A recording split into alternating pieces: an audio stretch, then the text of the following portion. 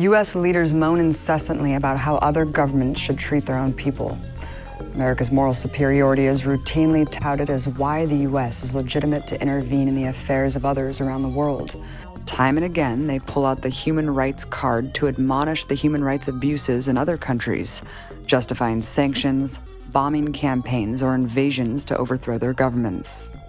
The U.S. is the most qualified to do this, of course, because it is the shining moral example for how society should be run.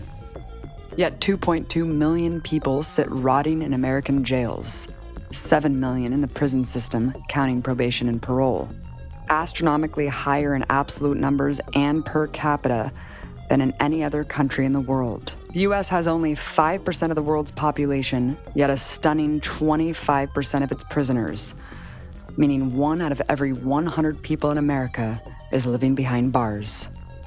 With a prison population so enormous in a country that's the global arbitrator of human rights, it must be leading with a great example of what prison should be.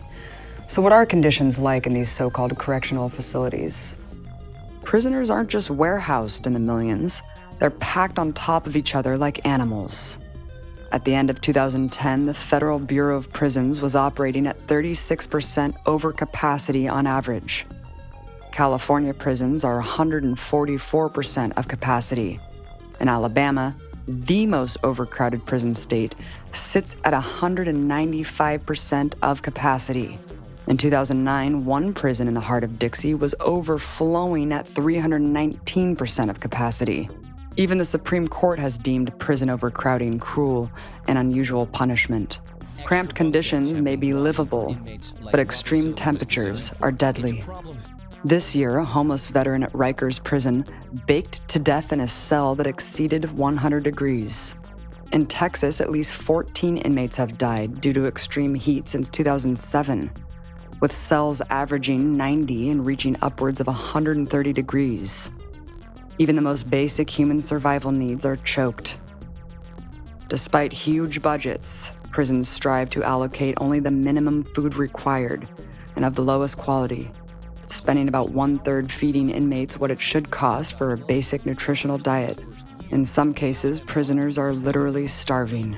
According to the Southern Center for Human Rights, inmates in one Georgia jail are fed only 2 meager portions of food a day, up to 14 hours apart, resorting them to eat syrup packets, toothpaste, and toilet paper for sustenance.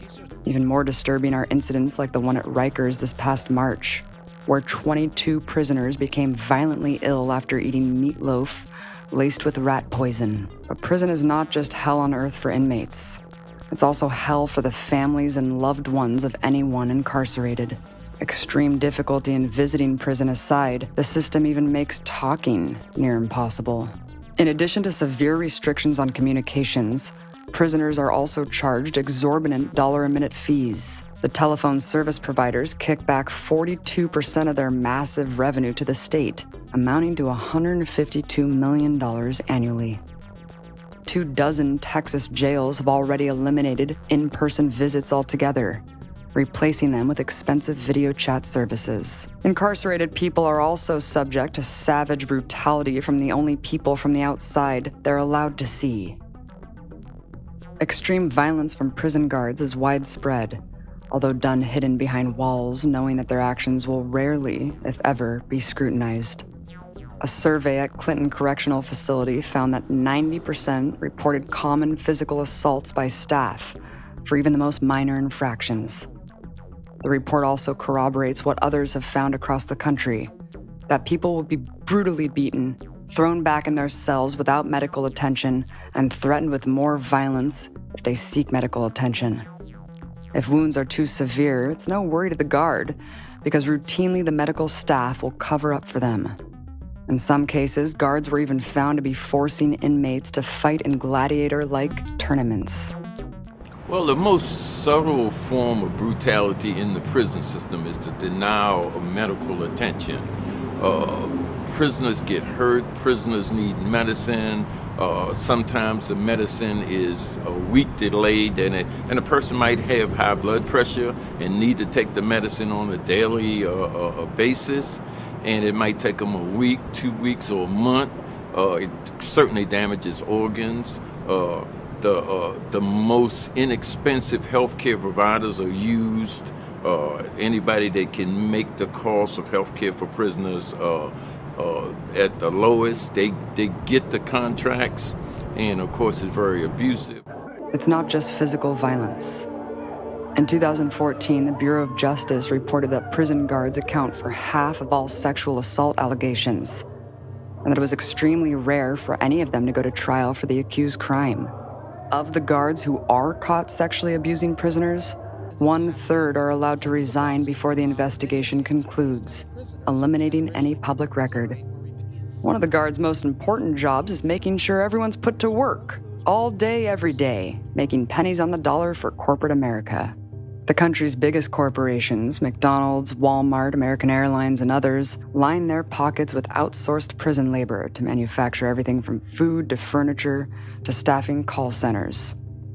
Inmate workers' safety is outweighed by their utility to be used as corporate props, like when BP used prisoners to stage Gulf cleanup photos. State governments have also found ways to cut costs by replacing good-paying, sought-after careers with cheap prison labor. A stunning 30 to 40% of all California's firefighters are prisoners, making a measly $2 a day, or $2 an hour when on the line. Producing $2 billion in annual value, inmates are a hot commodity for corporate masters who only wish their minimum wage of 12 cents an hour could be applied to the entire nation. In America's prisons, lives are not just profit-making tools, they're also expendable. There is no humane way to kill someone, period. Realizing this, every other industrialized country in the world has banned the death penalty. But exceptional America refuses to abandon this barbaric practice. The Wild West logic goes, if you kill someone, you deserve to die. But the murky truth reveals that 18 people facing the death penalty have been exonerated through DNA evidence since 1989. According to the proceeding of the National Academy of Sciences, at least 1 in 25 inmates on death row are innocent. There's more than one way to kill a man who's locked up. After America's torture became public record, U.S. leaders have vowed to ban it for good. Again. But the empire regularly tortures people every day within its own borders. See, empires used to torture their prisoners in underground dark dungeons. Yet over a century later, they're tortured just the same in sanitized bright boxes. Imagine the quality of life spent inside a windowless, concrete, 6 by 9 foot cell for 23 hours a day, for years on end, in a room no bigger than a king-size mattress. The only human interaction you have is with the guard who slips you food through a slit. At Red Onion State Prisons, 75% of inmates are on 23-hour lockdown in tiny cells for an average of 3 years. In Texas, inmates placed in solitary have to earn their way back to the general prison population, spending on average 5 years in isolation. This kind of detachment has devastating psychological impacts. Not only does it exacerbate mental illness, in many cases, perfectly healthy prisoners develop extreme psychological disorders as a result. According to the ACLU, people subjected to solitary confinement exhibit a variety of negative physiological reactions, including hypersensitivity, hallucinations, increased anxiety and nervousness, lack of impulse control, severe and chronic depression, appetite loss and weight loss, heart palpitations, talking to oneself, problems sleeping, confusing thought processes, self-mutilation, lower levels of brain function, including a decline in EEG activity after only 7 days in solitary. Yet the U.S. loves to use it, despite international human rights bodies widely recognizing the practice as torture. Often we hear that the people in prison are violent criminals who need to be locked away to keep the country safe. But when you take a look at who's actually behind bars, a much more disturbing reality begins to unfold. Despite lecturing the world about the inexcusable offense of holding political prisoners, the U.S. has its own stockpile of them. Thousands of political activists were imprisoned during COINTELPRO, and from its inception until today, the U.S. continues to unjustly arrest political leaders to silence them. There's a lot. The numbers vary, but some people agree that it's around 200. But in terms of Black Panther Party members, which I was one, there's probably almost 24 prisoners. But there's Native Americans, there's Puerto Ricans, there's European organizers, and then now today, the environmentalists and other people that have been organizing for the last 2 or 3 decades have also joined the ranks of political prisoners. Well, it's very difficult to organize in prisons. It's easier to engage in negative activity. Once you start organizing, there's a concerted effort by prison officials to transfer you, to get you out of the prison. They move you around, they harass you, they find ways in which to put you on lockup to keep you in solitary confinement. They will remove all your books. They will constantly shake your cell down. So organizing in the prison is a very difficult task for a lot of young people once they develop a consciousness and a sense of awareness, or once they just decide they don't want to be treated as animals, they endure the hardships that's involved. Beyond targeting activists, masses of average Americans like you and me are wrapped up in the albatross of prison. With the prison population skyrocketing over the last several decades, you would think it would correlate to the level of crime, but the opposite is true. Crime has actually dropped dramatically over the past 25 years, while numbers sent to prison have increased at an inverse rate. The bursting prison population also carries heavy examples of institutional racism in America. Despite making up only 12% of the population, African Americans constitute 39% of the prison population. The facts are irrefutable. If you're Black or Latino, you are more likely to be sentenced to prison than your white counterparts. In fact, African American men are 7 times more likely, Latino men 3 times more likely to go to prison than a white man. Among federal defendants, Black men receive 20% longer sentences than white counterparts committing the same crime with similar records. And what great threat do these people pose to society that warrants them being locked away in federal penitentiaries, mostly using drugs? Over 50% serving time in federal prison are non-violent, drug-related offenders, and since 1998 have constituted the largest portion fed into federal prison. Between 2012 and 2013, 28% of drug offenders had charges related to marijuana only. But on top of throwing people in cells for victimless crimes, the state has also ensured a way to throw minor offenders away forever. Thanks to draconian 3 strikes laws, there are currently at least 3,278 people serving life without parole for nonviolent crimes, some of them as absurd as shoplifting to jacking a wallet. In a tragic 79% of these cases, where people's lives are trapped in the system forever, involve non-violent drug offenses. The U.S. prison system doesn't just illustrate white supremacy embedded in the empire, but patriarchy too.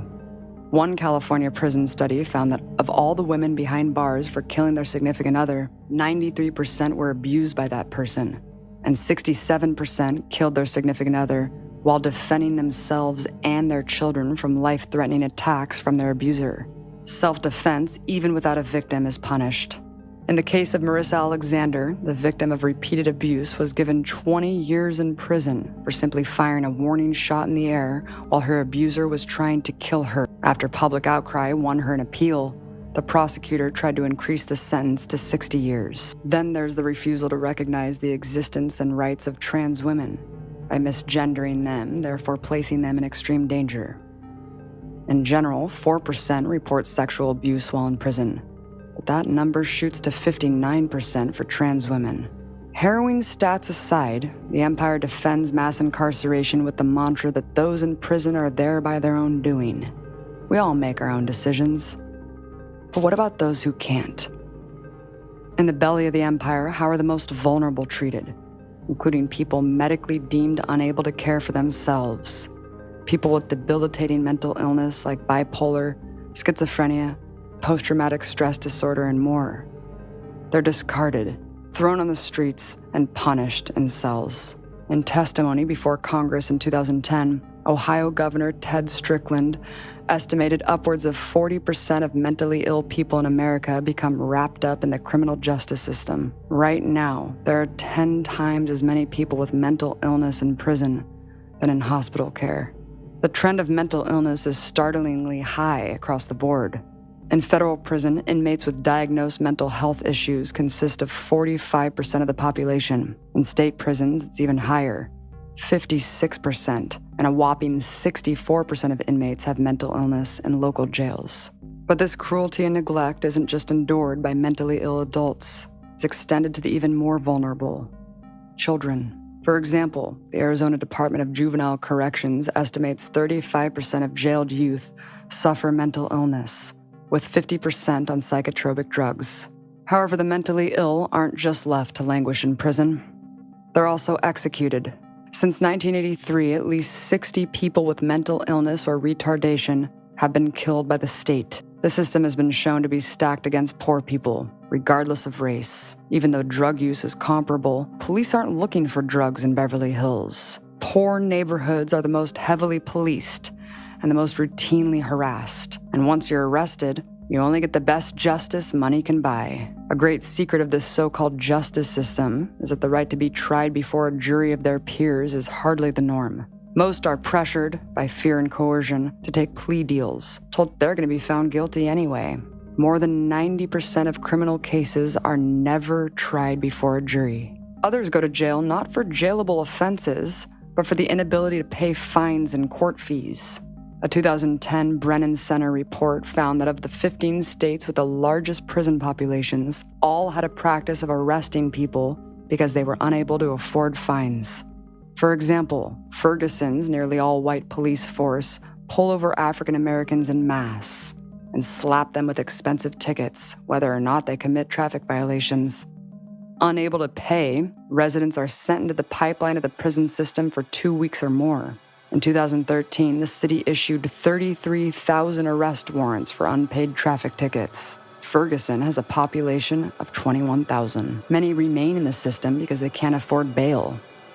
Like Khalif Broder, who sat in jail for 3 long years for the crime of stealing a backpack at age 16 because he was unable to pay the $3,000 bail. He ended up committing suicide as a result of abuse. At Rikers, an insane 40% of inmates are there because they cannot afford to make bail.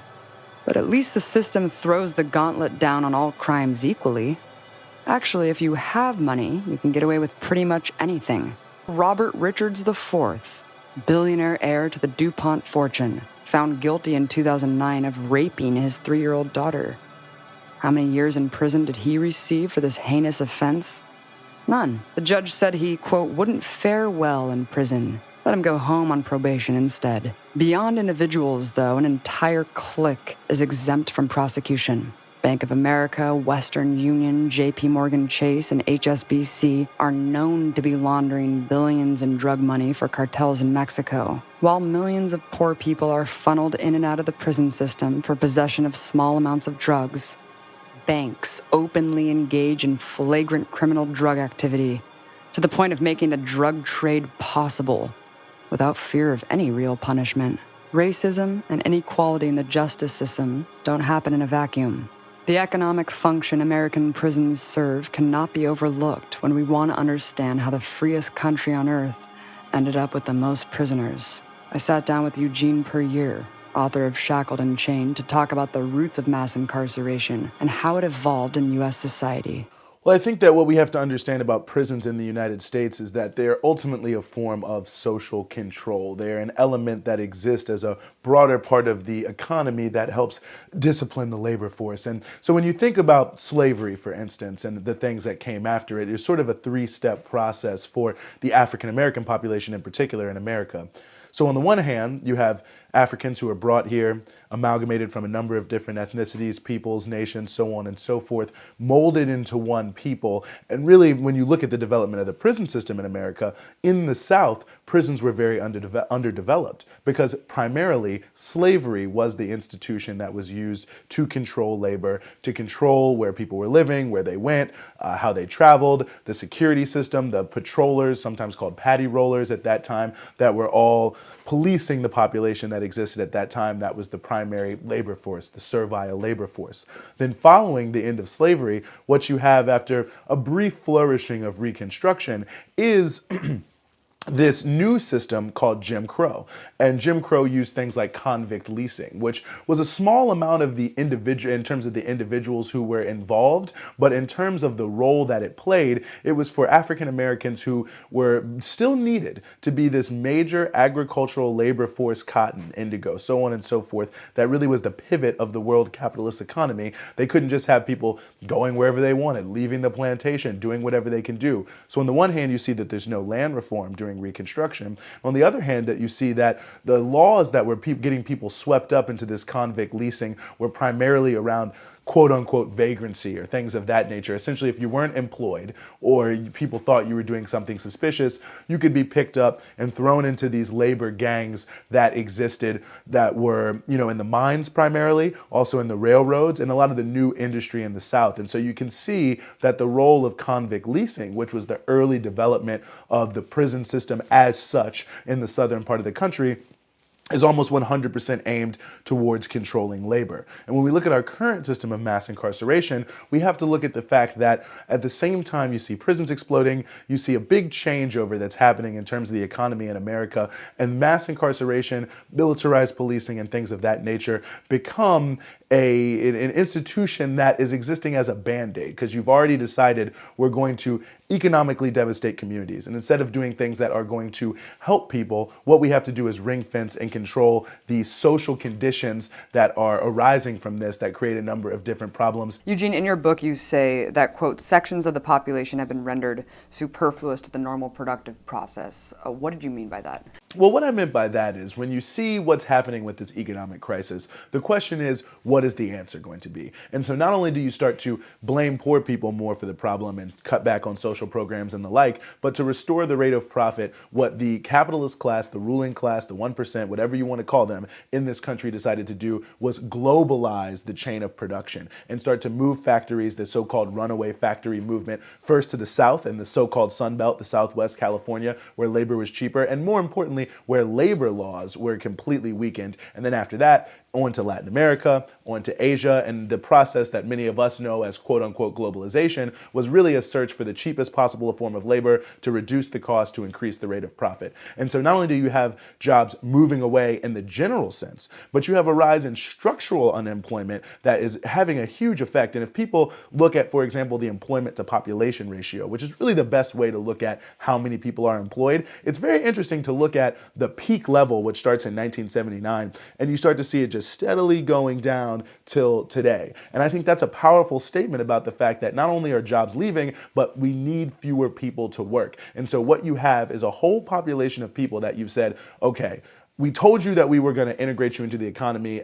black people, the same way we did Irish and Italians, but we're not going to do that. We're going to send these jobs somewhere else. And on the same token, we're also not going to provide a lot of social programs and things of that nature. So you have a whole population of people who are existing in this area who aren't really needed in the production process besides how they become used in the low-wage workforce, but they're still there. And these are the exact same communities that just 20 years previously, if we're talking, say, 1980, had risen up in this mass uprising that had happened in these major northern cities. When you look at the wave of major drug epidemics in America. Let's just speak about crack cocaine. Crack cocaine really comes on the scene at the depth of the economic crisis of the early 1980s that really was devastating to black communities across this country. And so you see when people have no hope, when they see no future, and then they're driven to look for more and more ways to escape. And when you start to have the explosion of this black market economy, all the other social consequences that exist from this social devastation, you have to find some way to contain it if you aren't going to solve it. And talk about the mandatory minimums and three strikes laws. What forces were behind these and what damage did they do? Well, it's an interesting question. So you see a number of Democrats, so-called liberals, start to reach for these conservative solutions that speak to punitive type things. Well, if the problem isn't the government institutions, if the problem is these poor people, we need to start to look for punitive measures that can change their behavior. And so they start to push mandatory minimums, but it doesn't become a big thing until the war on drugs. And what you see then is the connection between the two. They were pushing mandatory minimums before the war on drugs. The war on drugs became the kindling on the fire. This issue of social control is very clear. They're making the laws and organizing them in a way that is deliberately aimed at putting people in a certain geographic area, which are racially and class exclusive black poor people, putting them in the noose and sweeping them into the prison system. Conditions in the empire's prisons have always been horrific.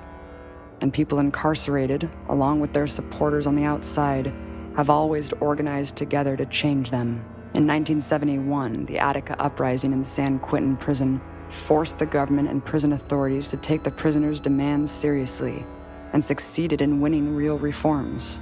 Despite the fact that the fascist-like prison forces sent their foot soldiers to wantonly slaughter 29 prison organizers, with so little care that they also killed 10 hostages in the massacre, the Attica Rebellion lit a fire that has never gone out.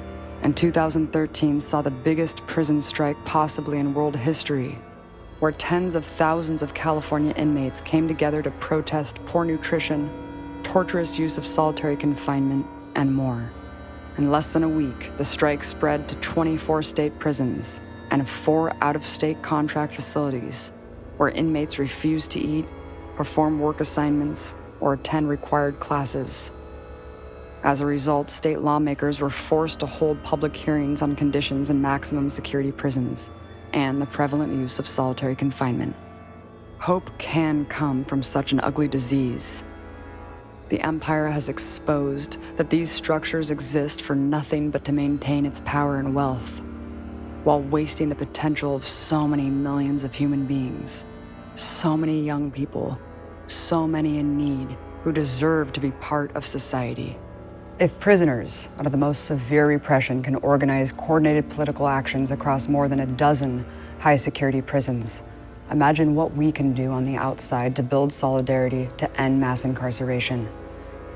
The fact that history's biggest empire also has history's biggest prison system, highly militarized police, and a mass surveillance grid is no coincidence. It's an acknowledgement that the biggest threat to the empire's rule are its own people, awake and using their agency to fight it.